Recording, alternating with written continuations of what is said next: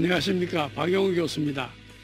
오늘은 성경과 4차 산업혁명 4회째 강의입니다.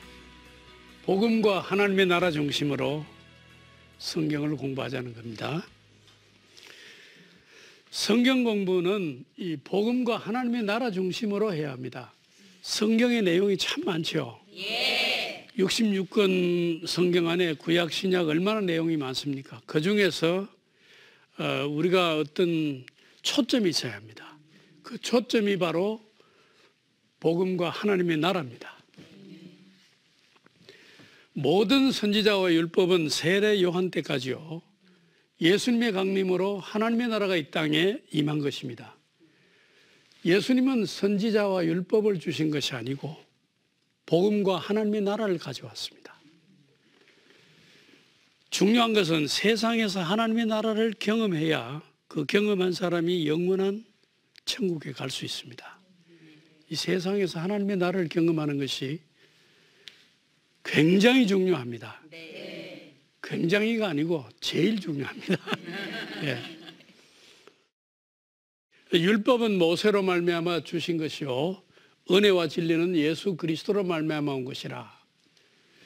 우리가 율법으로는 아무도 의롭게 될 수 없습니다. 은혜와 진리는 바로 예수 그리스도입니다. 예수 그리스도가 바로 복음입니다. 예수를 믿으면 누구나 죄를 용서받고 하나님의 나라에 들어갈 수 있다. 얼마나 쉬운 이야기입니까? 얼마나 기쁜 소식입니까? 그래서 이 복음이라 그럽니다. 하나님의 나라는 무엇이냐? 예수가 가져오는 나라가 하나님의 나라입니다. 그리고 오늘 우리는 율법으로 살아가는 것이 아니고 복음을 믿음으로 살아갑니다. 제가 두 가지를 비교해 볼게요. 예수님은 여러분들에게 물어보겠어요. 율법 아래 태어났어요? 복음 아래 태어났어요? 제가 여기에 써놓고 물어보니까 좀 그렇죠. 아주 중요하기 때문에 제가 물었어요. 예수는 율법 아래 태어났어요. 예수가 태어날 때는 율법 시대입니다. 그래서 율법 아래 태어났기 때문에 할례도 받으셨지. 우리는 복음 안에 태어났기 때문에 할례 안 받습니다. 예수는 율법 아래 태어났기 때문에 할례를 받았어요. 안식일을 지켰어요. 예수님 때는 주일 안 지켰어요. 안식일을 지켰어요. 또 유월절 지켰어요. 11조를 바치라고 했습니다. 그렇지만은 율법 아래 태어난 예수가 구약의 불완전한 율법을 신약의 완전한 복음으로 바꾸는 일을 했습니다. 저기 보세요. 내가 옛 사람에게 말한 바 이런 말을 너희 들었지만 나는 너희에게 이르노니 이렇게 하지 말라. 또 옛 사람에게 말한 바 이런 말을 너희가 들었지만 나는 너희에게 이르노니 이렇게 하지 말라. 또 눈으로 이는 이로 갚으라 했지만 나는 너희에게 이르노니 악한 자를 대적하지 말라. 그러니까 율법에서는 이렇게 말했지만은 옛 사람에게 말한 바는 나는 너에게 이르노니라 말 한 발짝 더 나간 겁니다. 그렇죠? 율법에서 복음으로 나가신 겁니다. 불완전한 데서 완전한 데로 나가신 겁니다. 이걸 잘 알아야 돼요. 예수님이 복음 아래 태어나신 분이 아니고 율법 아래 태어나신 분이다. 그렇지만은 그 율법에 머무르지 않고 복음으로 완성하신 분이다. 이렇게 알아야 돼요. 또 의식도 마찬가지입니다. 예수는 불완전한 율법적인 의식을 완전한 복음적인 의식으로 바꾸었습니다. 양이나 짐승을 잡아 피를 흘려 속죄하던 제사는 이제 예수님이 돌아가신 뒤에 우리는 어떻게 합니까? 그거 안 하죠? 뭐 어느 교회에서 소 잡아서 하나님께 제물로 바친다 이런 거 없죠? 하나님의 어린 양 예수가 피를 흘리셨기 때문에 우리가 기도할 때 예수님의 이름으로 기도합니다 하는 그 자체가 예수님의 보혈의 공로로 짐승의 피로가 아니고 양의 피의 공로가 아니고 예수님의 보혈의 공로로 기도합니다. 그러니까 구약에서 짐승을 잡아서 제사하던 것은 예수님이 십자가에 돌아가신 다음에는 예수님의 이름으로 하면 됩니다. 완성되었습니다. 그 다음에 구약에서 외형적인 의식들로 지키던 것을 신약에서는 이제는 내면적인 의미로 지킵니다. 구약에는 밭에 두 종자를 뿌리지 말라 했는데 여러분 가운데 밭 가지고 있는 사람 있어요? 혹시 밭에 콩도 심고 깨도 심고 이러면 안 되겠죠? 구약식으로 하면 안 되죠. 요즘 그렇게 할 수 있죠. 옆에 포도나무도 심고 뭐 다 할 수 있잖아요. 씨도 뭐 밀도 심고 보리도 심고 뭐 다 할 수 있잖아요. 구약에는 왜 그렇게 한 밭에 두 종자 뿌리지 말라 했느냐? 마음밭에 두 마음을 품지 마라. 이제는 우리 마음으로 한 마음을 품고 살면 되지 밭에 두 종자 안 뿌린다고 그게 뭐 큰 의의가 되고 하는 거 아닙니다. 그 외형은 왜 가르쳐 주셨느냐? 내면적 의미를 옛날에는 좀 원시적으로 가르쳤죠. 이제는 의미로 가르치면 됩니다. 비늘 없는 고기 먹지 말라. 이제는 하나님의 말씀에 무장을 하면 되지. 비늘 없는 고기, 비늘은 말씀으로 무장하라는 뜻입니다. 예. 이제 내면적인 의미로 지키게 됐습니다. 모든 의식이 다 그래 됐어요. 그래서 오늘 구약식으로 짐승을 잡아 제사를 드리고 그렇게 외형적인 의식으로 하면 그 자체는 잘못된 겁니다. 이미 완성하셨는데 예수님 완성하셨는데 복음을 믿음으로 사는 것이 외형적인 율법 지키면서 하는 거 아닙니다. 그래서 표면적 유대인이 아니요 표면적 육신의 할례가 아니라 오직 이면적 유대인이며 할례는 마음에 하면 된다. 마음에. 예. 이제는 옛날 구약 시대 하는 것처럼 그렇게 하는 할례 할 필요 없다는 겁니다. 우리 기독교인은 그러면 예수님은 율법 아래 태어났는데 우리는 어디 아래 태어났어요?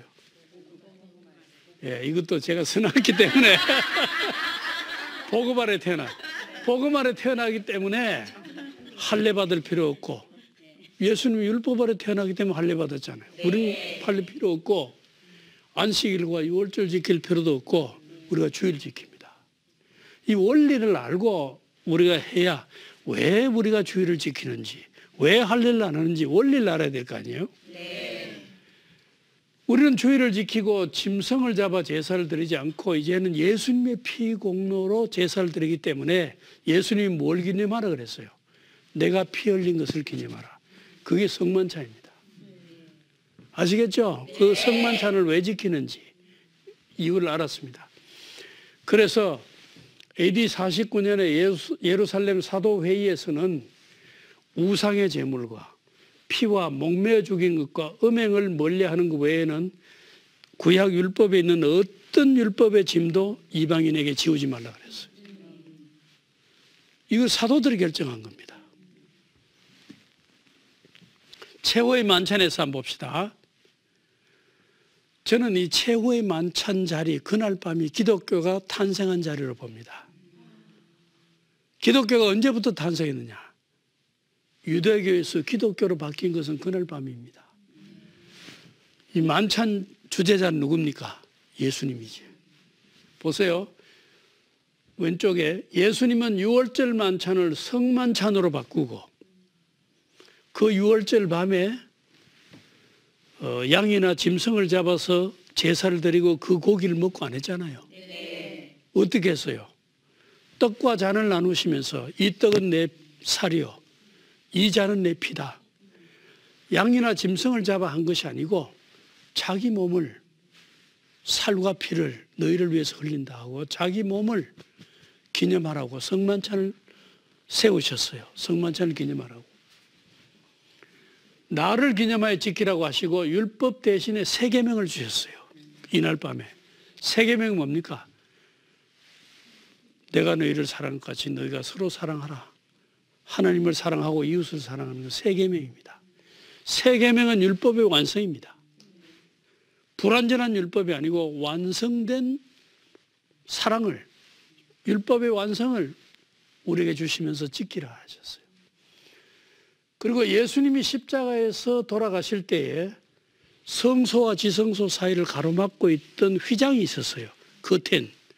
이 휘장이 찢어졌다 그랬어요. 뭐냐? 이 휘장 안에는 누구만 들어갈 수 있었어요? 대제사장이 1년에 한 번씩 들어갈 수 있었어요. 이 찢어졌기 때문에 이제는 대제사장이 아니고 누구나 들어갈 수 있도록. 그래서 우리 개신교에서는 만인 대제사장설이라.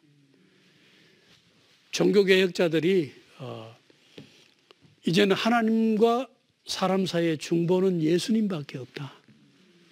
누구도 사람이 세운 중보자, 대제사장은 중보자가 아닙니다. 그래서 예수의 이름을 힘입어서 누구든지 하나님 앞에 나갈 수 있습니다. 우리가 무엇이 됐다고요? 급이 제사장부터 높아요. 대제사장. 여러분이 대제사장급이에요. 한 사람 한 사람이. 이게 종교개혁자들의 신학입니다. 굉장히 높은 분들 제가 모시고 지금 강의를 하고 있습니다. 예. 여러분들은 예수님 안에서 예수님이 십자가를 지신 다음에는 대제사장입니다. 하나님 앞에 직접 예수님의 이름으로 기도할 수 있어요. 전에는 직접 못했어요. 대제사장이 했지. 그 정도 여러분들이 지위가 높아졌어요. 그리고 예수님도 여러분들을 친구라 했어요. 그러니까 굉장한 위치에 여러분들을 올려주신 거예요. 그러니까 율법 시대는 세례 요한이 여자가 낳은 자 중에 제일 높다, 제일 크다 했는데 예수님 안에서는 누구도 세례 요한보다 다 큰 사람입니다. 굉장하죠? 네. 율법 시대의 그 위치가 복음 시대 여러분들의 위치와 이제는 비교할 수 없어요. 모세의 영광과 여러분들의 영광을 비교할 수 없어요. 모세는 율법을 전한 자였어요. 여러분은 뭐라고? 복음을 전한 자입니다. 급이 달라요. 급이 율법하고 복음하고. 그러니까 우리가 성경을 공부할 때 복음 중심으로 하나님의 나라를 전하는 자가 돼야 돼요. 율법 전하는 자가 아닙니다. 우리는. 굉장히 급이 다릅니다. 옛 언약과 새 언약. 옛 언약은 율법입니다. 이 모세를 통해서 온 거예요. 옛 언약은 돌에 새겨서 그 돌을 언약궤 안에 넣어가지고 가나안 땅에 가지고 출애굽 때 들어갔죠. 새 언약은 복음입니다. 예수 그리스도를 통한 언약입니다. 새 언약은 마음에 새겨지는 메시아 약속입니다. 바벨론 포로 때는 새 언약을 마음에 품고 가나안 땅으로 갔습니다. 성경 해석에 있어서 굉장히 중요합니다. 출애굽 때는 돌에 새겨진 율법을 언약궤에 넣어가 가나안 땅으로 갔어요. 어디서? 이집트에서 가나안 땅으로. 바벨론 포로에서 돌아올 때는, 귀환할 때는 메시아의 언약을 마음에 품고 가나안 땅으로 들어갔습니다. 이제는 언약궤를 만들 필요가 없어요. 여러분들 예레미야서 3장 16절에 보면은 언약궤를 다시는 만들지 아니할 것이라 했어요. 왜 그러냐? 언약이 마음에 새겨지기 때문에 궤가 필요 없어요.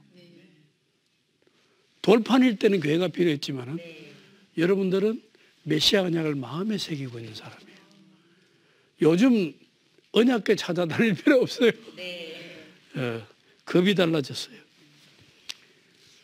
복음을 믿음으로 믿음을 따라 하지 아니하는 것은 다 죄라 그랬어요. 그래서 율법 안에서 의롭다 함을 얻으려 하는 너희는 그리스도에게서 끊어지고 은혜에서 떨어진 자로다. 우리는 율법을 내가 열심히 지켜가지고 의로워져야지 하는 노력을 할 필요가 없어요. 바리새인과 세리가 기도하러 갔을 때 바리새인은 율법으로 의로워지려고 11조도 했습니다. 금식도 했습니다. 했을 때 하나님의 영접을 못 받았어요. 세리는 그런 거 안 지켜도 하나님의 은총을 의지했을 때, 복음을 의지했을 때 하나님의 영접을 받았어요. 여러분들은 뭘 의지해야 되겠어요? 하나님의 은총, 복음을 의지해야 됩니다. 그 밑에 말씀이 굉장히 중요한데, 만일 어렵게 되는 것이 율법으로 말미암으면 그리스도께서 헛되이 죽으셨느니라.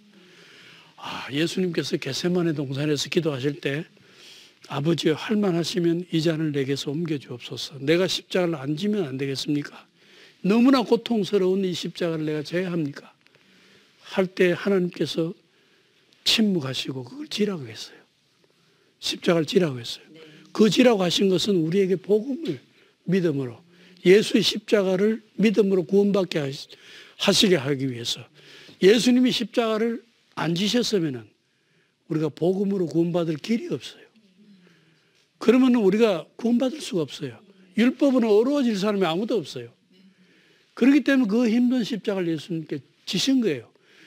이미 예수님께서 십자가를 지셨는데 요즘도 율법으로 구원받는 방식이 있으면 예수님께서 뭐 하려 지셨겠어요. 그러니까 율법으로 구원받고자 하는 것은 예수의 십자가의 죽음을 헛되게 하는 거예요. 이거는 죄를 짓는 거예요. 요즘 율법으로 구원받으려고 노력하는 것은 잘못된 방법일 뿐만 아니고 십자가를 지신 예수님에 대한 모독이에요. 무슨 말인지 알겠죠? 네. 그러니까 이걸 잘 알아야 돼요. 네. 이걸 잘 알아야 돼요. 기독교는 유대교의 연장이 아니고 새로운 종교입니다. 그러니까 율법의 근거를 둔 유대교, 구약 종교, 이게 아닙니다. 복음에 근거한 새로운 종교입니다. 기독교인들이 요즘 구약 성경 읽죠? 읽는 목적은 율법을 지키기 위해 읽는 것이 아니라 복음의 뿌리를 알기 위해서 읽는 거예요. 어떻게 해서 복음이 오게 됐는지. 이걸 잘못 오해하는 사람은 아이고 율법의 안식일 지키라 했네. 요즘 나도 율법의 혜선이 요즘 내가 지켜야 안 되겠나. 안 지키면 안 돼요. 이거 계명 아니냐. 그런 이야기 누가 해요? 안식교에서 하죠. 그거 아닙니다. 우리는 율법으로 예수님이 완성하셨기 때문에 우리가 복음을 믿는 것은 참 큰 은혜요 축복입니다. 그럼 구약 성경은 필요 없느냐? 그렇게 말하면 안 돼요. 구약 성경이 필요합니다. 왜?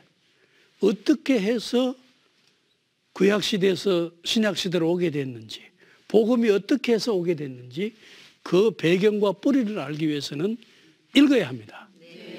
그렇지만은 거기에 머물러 있으면 안 되죠. 복음으로 나가야 되죠. 기본 원리를 모르고 성경 공부하면 그게 되겠습니까? 안 되죠. 기독교인들은 불완전한 율법을 의지하는 것이 아니라 완전한 복음, 예수가 완성한 율법을 믿는 겁니다. 우리가 이제 성경 공부를 하면서 이 공부만 자꾸 해서 되겠느냐? 기도도 하고 실천도 해야 되죠. 영감으로 기록된 책은 영감으로 읽어야. 성경 깨닫는 것은 기도할 때 영감을 받습니다. 그러니까 성경은 사람들이잖아요. 기록할 때에 하나님의 영감을 받아서 기록했죠. 그러면 그 뜻을 제일 잘 알 수 있는 방법은 저자들에게 감동하신 성령을 읽는 나에게 같은 감동이 와야 제대로 이해할 수 있죠. 그러니까 성령이 저자이기 때문에 그 성령이 내게 뜻을 가르쳐 주면은 제대로 그 뜻을 알겠죠. 그 저자가 가르쳐 주는 거니까. 그래서 기도하는 겁니다. 영감으로 기록된 책은 영감으로 읽어야 한다. 일반 책하고 다른 게 바로 그겁니다. 성경은 영감으로 읽어야 한다. 또 성경 공부는 기도와 실천이 따라야 합니다. 예수님께서 말씀하시기를 내가 아버지의 계명을 지켜 그의 사랑 안에 거하는 같이 너희도 내 계명을 지키면 내 사랑 안에 거하리라. 예수님 사랑 안에 거하는 그 방법이 그의 계명을 지키면 그의 사랑 안에 거하는 거예요. 말씀이 그대로 아니에요. 그리고 하나님이 원하시는 목적이 뭐냐? 여기 나타났어요. 예수님께서 말씀하신 그대로입니다. 예수님은 예수님이 하나님 안에 있고 하나님이 예수님 안에 있고 우리가 예수님 안에 있고 예수님이 우리 안에 있고 이겁니다. 예수님은 하나님 안에 있고 그러니까 빌립이 아버지를 보여주십시오 하니까 예수님께서 내가 이렇게 오래 있었는데 아버지를 보여달라느냐 내 안에 아버지가 계시지 않느냐 내가 하는 말이 아버지가 주신 말씀이고 내가 하는 행동이 아버지가 하라는 행동이다. 이렇게 나를 보고도 아버지를 보이라느냐 예수님이 바로 그겁니다. 우리 기독교인도 마찬가지예요. 우리를 보는 사람이 예수를 볼 수 있어야 돼요. 예수님이 내 안에 계시고 내가 하는 말이 예수님이 주시는 말씀을 내가 하고 있고 내가 하는 행동이 예수님이 하라는 행동을 내가 하고 있고 참 조심스럽죠. 그래서 참 그렇지 않은 예수를 보여주는 사람. 그래서 여기 보세요. 너희가 내 안에 거하고 내 말이 너희 안에 거하면 무엇이든지 원하는 대로 구하라. 그리하면 이루리라. 우리가 하나님께 예수님께 구하고 있는데 안 이루어지는 것이 있으면은 우리가 예수님 안에 있지 않고 예수님의 말씀이 우리 안에 있지 않기 때문에 그래요. 이것만 하면은 원하는 대로 구하라 그랬어요. 야, 여러분들이 이제 원하는 대로 다 돼요. 이것만 그대로 하면. 말씀을 지키고 기도하면 모든 것이 이루어진다는 겁니다. 대단한 거죠. 이 기독교인이라 하는 것을 어떻게 보면은 우리가 부끄럽게 생각을 하면 안 돼요. 어떤 사람은 예수 믿는다는 걸 부끄럽게 생각해서 식당에 가서 기도도 슬쩍 고개만 이래 숙였다가 뜨는 사람도 있고 한데 굉장히 자랑스러운 겁니다. 기독교인들은. 자, 굉장히 자랑스러운 거예요. 하나님의 자녀로서 이 세상에서 구하는 대로 다 받고 하나님께 기도하는데 보통 특권이 아니잖아요. 우리가 신앙생활을 한다고 할 때 신앙생활의 시작은 예수의 죽으심과 부활에 대한 믿음을 통해 죄사함을 경험하는 데서 신앙생활이 출발합니다. 그런데 어떤 사람은 성경 공부하자고 하면 나는 믿지도 않는데 어떻게 공부하니? 이런 사람도 있는데 그런 사람은 그게 아닙니다.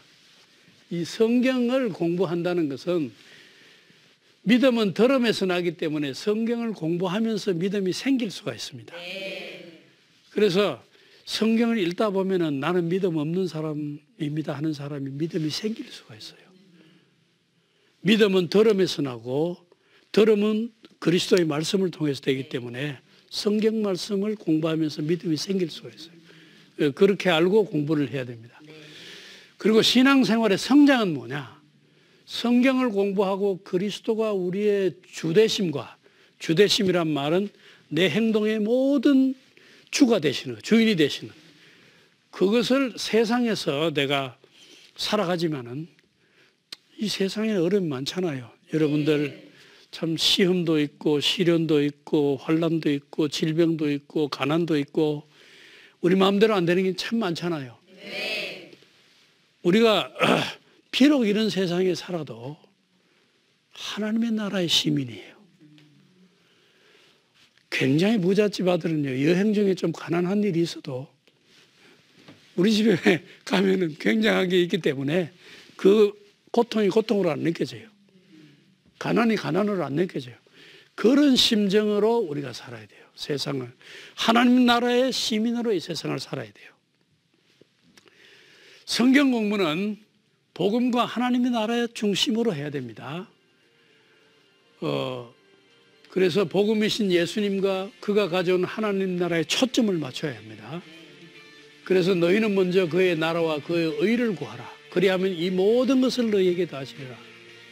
하나님의 나라와 그의 의를 먼저 구하면 이 세상과 내세의 모든 문제가 해결된다는 겁니다. 우리가 복잡하게 생각하지 마세요. 아주 심플하게, 단순하게 생각하세요. 하나님의 나라와 그의 의를 구하면 만사형통 모든 문제가 해결된다는 아주 심플한 마음으로 생각하고 신앙생활하고 성경 공부하시기 바랍니다. 감사합니다.